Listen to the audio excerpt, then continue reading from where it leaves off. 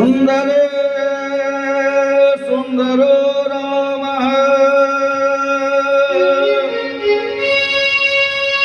सुंदर सुंदर कथा सुंदर सुंदरी सीता सुंदर सुंदर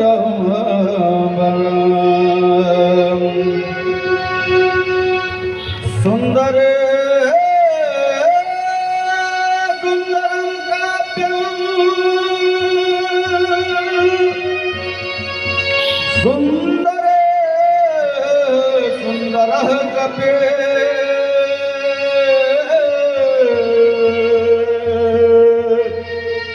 सुंदर सुंदरं मंत्रं सुंदर सुंदर सुंदर सुंदर शांतं शाश्वतं प्रमयमनधं निर्वाण शांति प्रदम् ब्रह्मा शंभु फणेन्द्र शैव्य मनीषां वेदांत वेद्यं विभो रामाख्यं जगदेश्वरं सुरगुरु माया मनुष्यमहरे वन्देऽहं करुणाकरं रघुवरं भूपालचूडामणिं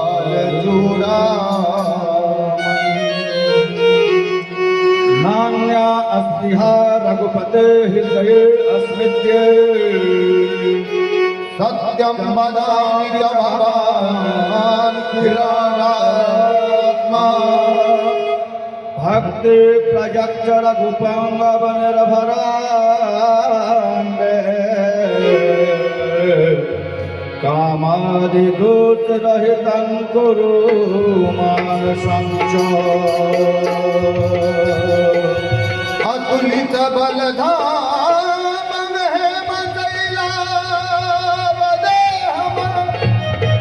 तनुजवन ज्ञानु ज्ञानिनामग्रगण्यं सकल गुण निधानं वानराणामधीशं रघुपति प्रिय भक्तं वातजातं नमामि रघुपति प्रिय भक्तं वातजातं नमामि।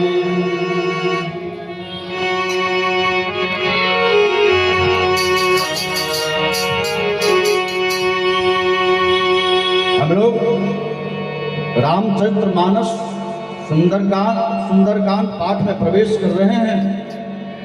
यह सुंदरकांड का पाठ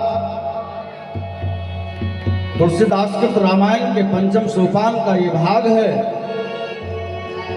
इस रामायण से हमें ये ज्ञात होता है, जब जब इस ब्रह्मांड के सृष्टि में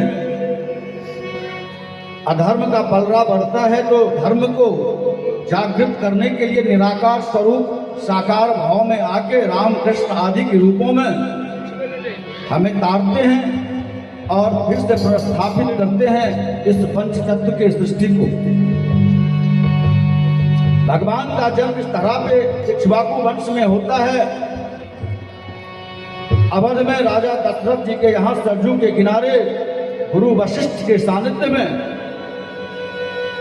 सारे शिक्षा दीक्षा उपनयन संस्कार आदि के बाद जिस प्रेम के लालित्य में यहाँ पे माँ बाप की छाया में रहनी चाहिए, उसी में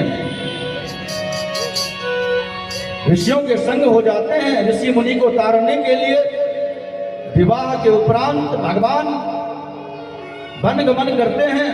वन गमन में करने के दौरान ऋषियों को मुनियों को, संतों को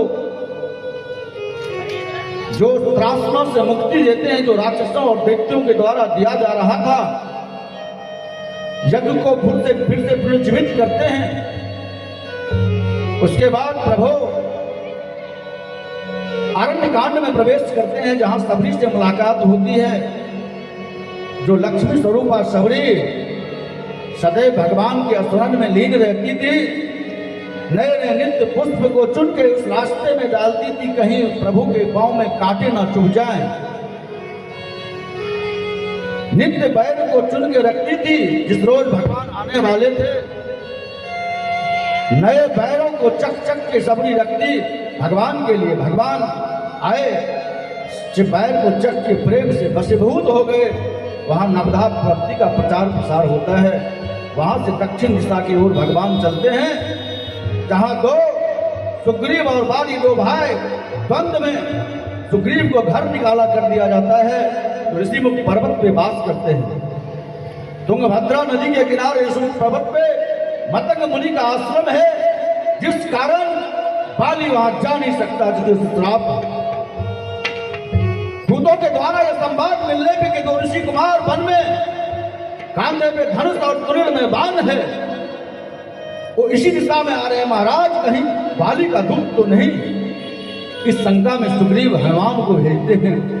हनुमान अपने छद्म भेष में प्रभु के पास जाते हैं, और जब पता चलता है कि हमारे ही इष्ट भगवान राम और लक्ष्मण हैं, वहां भाव विभोर हो जाते हैं और अपने विशाल काय शरीर को प्रकट कर लेते हैं।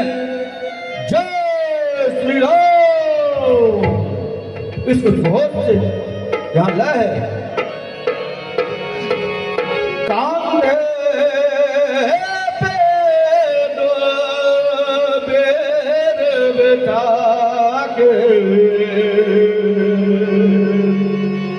चले बेर हनुमान। उड़ जाते हैं और भगवान को लेकर ऋषिमुख पर्वत पे आते हैं। पुत्री से मित्रता होती, बाली बंद होता है। चौमास के उपरांत सारे चारों दसों दिशाओं में बाण के जूट फैल जाते हैं। एक जूट जो जामवंत जी के नेतृत्व में दक्षिण पश्चिम दिशा की तरफ जाते हैं, जहां संपादक से मुलाकात के दौरान पता चलता है कि मां सीता 7 समुद्र पार बैठी हुई हैं लंका नगरी में।